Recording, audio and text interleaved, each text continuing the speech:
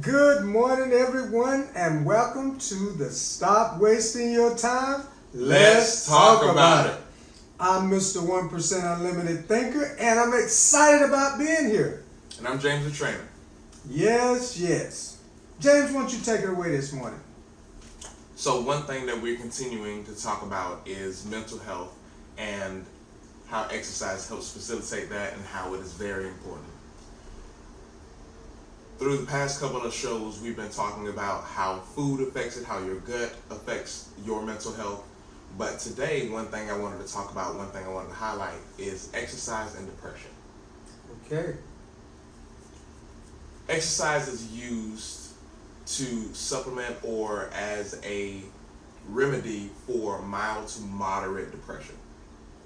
What exercise does, it releases endorphins in your body. What endorphins does is it gives you that happy feeling. Mm-hmm. Endorphins are released when we eat, when we exercise, and when we also have sex. Endorphins are the happy emotion or the happy things in your body that are released when in those activities. Mostly specifically talking about exercise.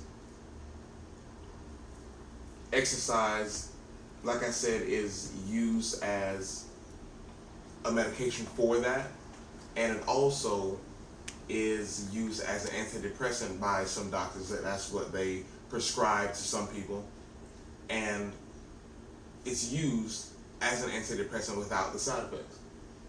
Okay, that makes sense to me because it gets your body in a mode of, feeling better. Right. Get your heart rate up, blood pumping through the brain. Does that play a part in it? Definitely. So that makes sense. So with working with exercise, it is really powerful against depression.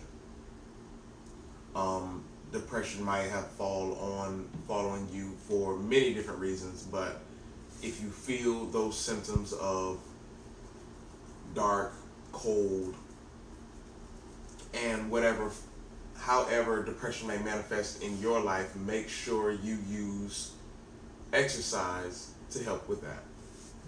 And you know what, I like to add another thing is, you talk about accountability to one another. You know how we're accountable to our goals, you and I? Yes, sir. When not only should you be accountable to somebody for your goals, when you don't feel like you are 100, as they say, you having a challenging day, you should be able to go to those close friends of yours too and talk with them about that. You know what I mean? So that's the type of health we're talking about too. Having those great healthy relationships where you can talk with people, because a lot of times you just need to air. You need to vent. You need to share what's really happening to you. And so that helps as well. Definitely. So you still got a little bit more, or you want to come back to something? We can come back to me and I can just wrap up over here. Okay, I want to say to you this morning the question again: what would my life be like if I continue like this? I'm always going to ask that question because I know we got new viewers coming on, and the reason I ask that question often is not just for you, but for me as well. It keeps me accountable to my decision-making process. Am I on track? Am I on task? Am I still committed to the level of commitment that I made to getting myself healthy, body, mind, and spirit? Body, mind, and spirit. That is so important because we're going to continue to live should we continue to wake up. And you always want your future better than your past. You always want that to be better. So you know what your this is. That this that's hindering you, that this that caused you to procrastinate, that this. And by the way, procrastination never adds benefits. You need to write that down and put it on your mirror, put it in your cell phone, text yourself, whatever you want to do, put it on your refrigerator. Procrastination never adds benefits. Never. It just becomes a habit. You want to continue in that mode. You get stuck in that mode. So just remember that when you want to do something different. So get somebody involved to talk with you about it. And the whistle. blowing my whistle this morning. We still gonna keep telling you guys or sharing with you guys, get a whistle to make yourself accountable.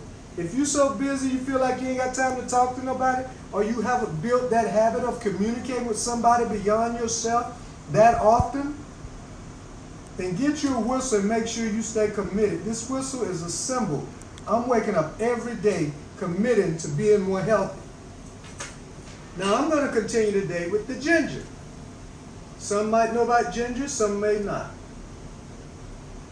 We told you the other day and we shared with you about how to create ginger water. That's what this is. And drinking at least 8 to 10 ounces of that a day will build your immune system. We told you that. But I got a couple of more points I want to share with you. It also helps manage blood sugar levels.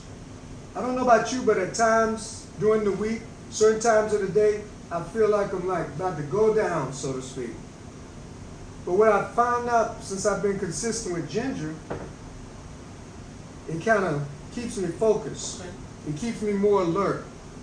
That downtime is not as often anymore. So just think about that, and your blood sugar levels are important. It's important why? For weight loss, weight gain, and again I say it helps keeps you focused. The other thing ginger does is it relieves gas. Now, some people just let that go any kind of way. I know that's funny. They don't really care. But what they forget, there are people around them. So it is suggested that if you drink some ginger, some warm ginger water or tea before you go to bed, it regulates your body with gas so that when you get up the next day, you won't have those type of problems. Okay. You know. A third thing, and then that's all I'm going to give you for today, because I want to give you a little bit more Friday. You know how when you eat food, and sometimes the food that we eat doesn't necessarily have all the nutritional value we have, right? Right. That we need. Right. Well, whatever nutritional value is in there, it is said that ginger boosts the nutrient absorption. So, I didn't know that. Yeah. It actually helps boost the nutritional side to absorb. So that's kind of good because our body needs to be nutritionally healthy. Yes. So I'm going to slow down a little bit, James, and I'm going to let you talk, so I'm going to just keep rolling. So, I just want to recap on the things that I said about depression. It is used as a antidepressant medication without the side effects. Wherever you are, if you just feeling that you are feeling like you're depressed, you just figured out, okay, I've been feeling bad for a couple of days now. I don't want to hang out with a lot of people right now. I want to be to myself. With having those symptoms, wherever you fall in the spectrum of how long you've been feeling this way, how short you've been feeling this way, you just realize you're feeling this way, remember that exercise is the most powerful thing against depression. Yes, it may be hard to get into the gym while having these feelings. James the Trainer is here. Mr. 1% is here. That's right. Comment below, I've been feeling bad. What can you guys do? Comment below. I will let you know what gym I'm at. Come talk to me. Come work out. Talk to Mr. 1% at the email address, which is info@stopwastingyourtime.org. info@stopwastingyourtime.org. We are here for you to do whatever we can. And whatever we can't do, we'll help you and refer you and get you to somebody else who can help you. definitely. So, like I said, just wanted to recap those things. Make sure you guys know that exercise can help with mild to moderate depression. So, know that for the future. You know what I found out? Because I'm so consistently exercising, I don't really wake up with no groggy mornings. You know? It's sleep and then it's awake. Yeah, go to sleep. Woo, I'm ready for the day. That's kind of how I wake up. Definitely. The majority of the year. The only time I kind of wake up, maybe I was up to 4:30. I still got to get up at 6:30. Because that creative side of me been up writing down all my thoughts in my journal, my creative and innovative stuff. You know, that's on a personal thing, but it has nothing to do with my alertness and my awareness that I'm ready to go. I'm good to go. Exercise has been good to me. I'm 59 years old, and I really feel really healthy. I'm not on any medications, and I'm grateful for that. You know, no medications. And I can't describe how good that feels. Because I don't have to worry about that being a problem of me getting up every day. Oh, I got to take this, I got to take that. And there's no judgment with whoever's having to take it. But I'm just saying, consistent exercising regulates your body. And healthy eating, of course, like James and I, we kind of intertwine this. We tell you some healthy things to add to your food group.